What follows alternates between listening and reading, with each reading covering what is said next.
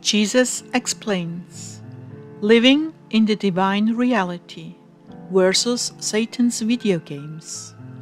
July 8, 2015. Words from Jesus through Sister Claire, spoken by Jackie. Claire began, "O Lord, I feel so totally inebriated in your love." "And I in yours, Claire." "Really?" "Yes. You remember little Pantutu? You looked into his eyes and were lost in the wonder of his little being." "Yes, I do remember. It was intoxicating. This experience is documented in Graces Dispensed on your behalf. This video is linked on the right top." Yes, it is very intoxicating. There is nothing like that kind of love. It is indeed a new kind of love, a new class of love. It is divinized because it is between the very spirits, the essence of our beings. There is nothing like it on earth that can correlate. That is why heaven is so saturated with bliss. Everyone is relating to one another on that level. There are no things to bring them down, except perhaps the news from earth. Wow, my head feels like it's floating above my shoulders. Yes, that's what it feels like. You are operating in another dimension, another wavelength. This state is so readily attained by being with me in spirit and in truth. Your eyes are even a little blurry. It's as if you have floated behind the veil that separates us, and it's always propelled by divine love. This is at the very core of all miracles, this longing to love.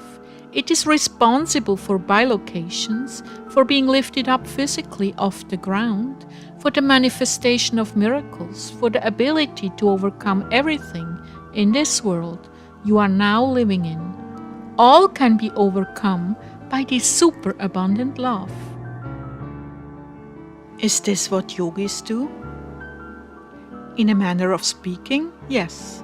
They control the wavelength of their thoughts, and that brings them into this state. However, it is different than divine love. It is more artificial in the sense that it is attained by means other than knowing, longing, and serving me. But for you, it is a natural consequence of your service to me. My happiness permeates all that you do or touch and divinizes it.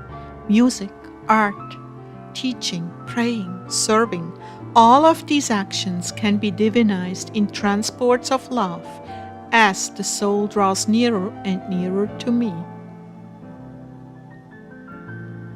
Well, I want to talk of these things because there is so much talk of the supernatural these days, so much running after the spectacular.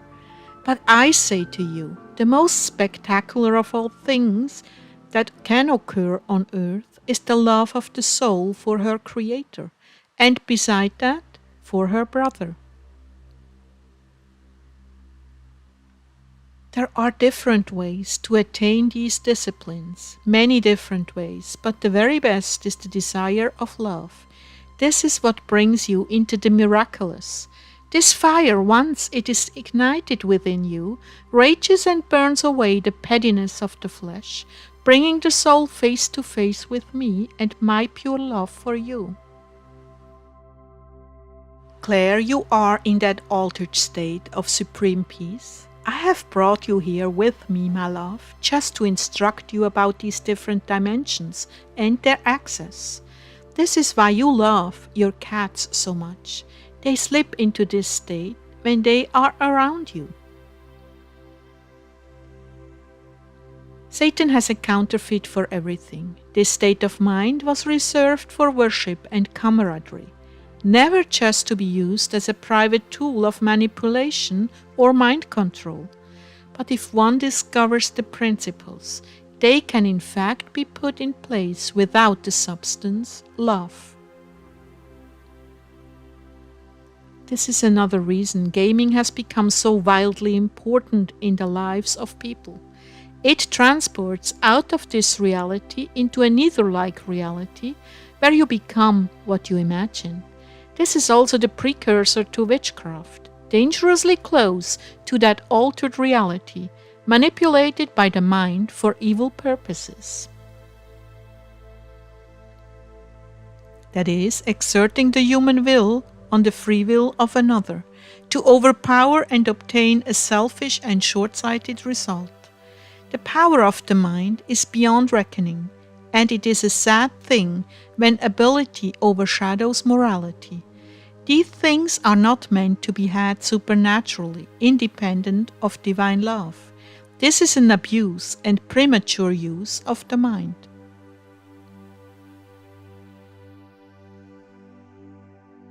Yet anyone can access it to their detriment if their motive is not pure love, that I capture, in a sense, and use it to transport the soul into a divine reality. In other words, it is like healing skills.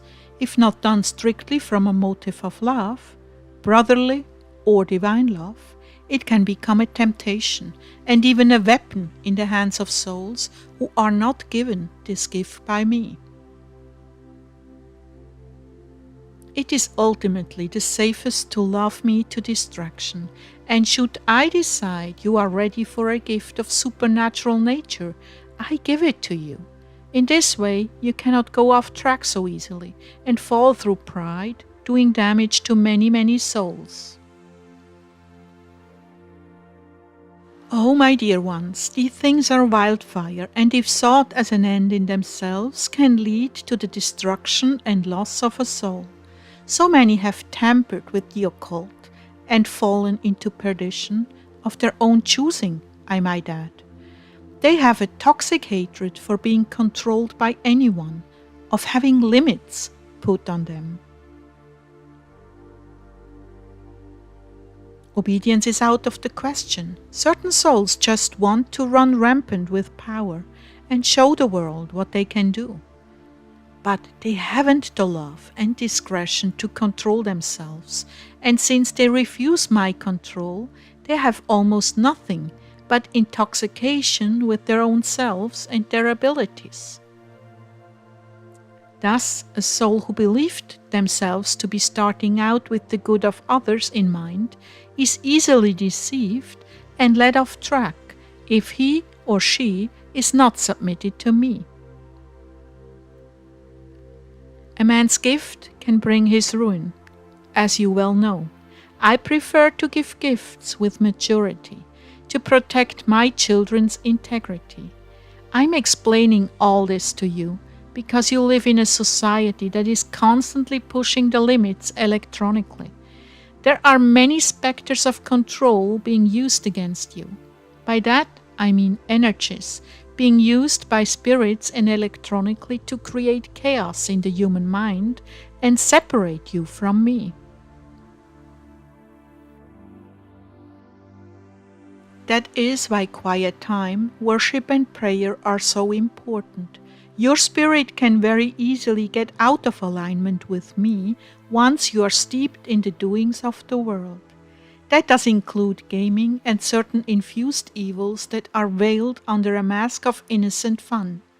Gaming is very addictive, very dangerous, and very deliberately corrupting the higher levels of human thought and desire. It is hard to explain, but I think you get the picture. There are many young people who are held captive in this altered reality of gaming. It takes over the mind and provides a means of escape from the pain of this world without offering a way out of the trouble. You begin to live in the other reality, where it is safe, where you are in control and isolated from harm.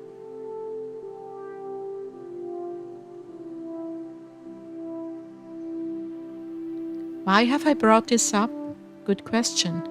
You are dealing with a lot of souls who have fallen into confusion about the purpose of their lives because of gaming. This world is so hard to deal with that eventually, if you have a means of escape, you take it and put off dealing with the real problems. If you don't wake up, you fall down the rabbit hole into a make-believe existence, where the only way to relieve the pain of failure is to play another game. Ask anyone who has been delivered from this, and you will see clearly what I'm telling you.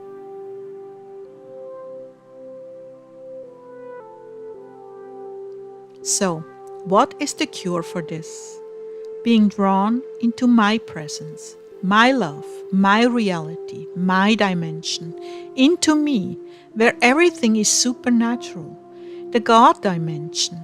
This happens when you worship, when you pray, when you meditate on my word. You step out of yourself into another reality, another dimension, my world, my reality, where I have all the answers, all the strength, and all the love you could ever want or need. Gaming is Satan's answer to the suffering young people deal with from day to day.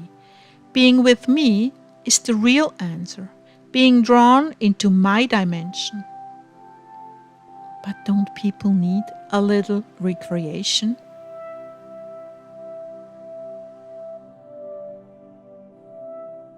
Yes, but that kind of recreation is more powerful and has more potential to distort the life than the simpler things. It looks innocent, but examine the fruit. Not only that, but it is deliberately designed to be addictive.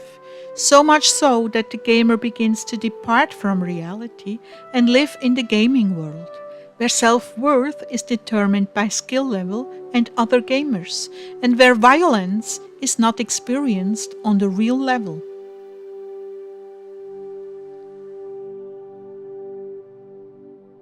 Fun to shoot the bad guy, but have you ever been with someone who was just shot and is dying? Not a game anymore, but desensitizing young people is the hidden agenda behind this violence. It is a precursor to the chaos and rage Satan has planned for this world, and is even now surfacing. Gaming has desensitized this generation, who now see reckless driving, shooting, and bombing as a recreational activity.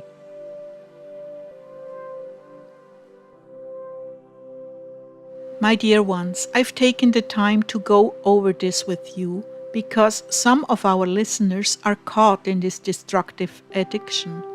I wish for them to understand what they are truly dealing with in their lives, to give them a chance to make an informed decision and get out of it. Some would argue that there are benefits, but weigh them carefully against moral decline and addictive behavior.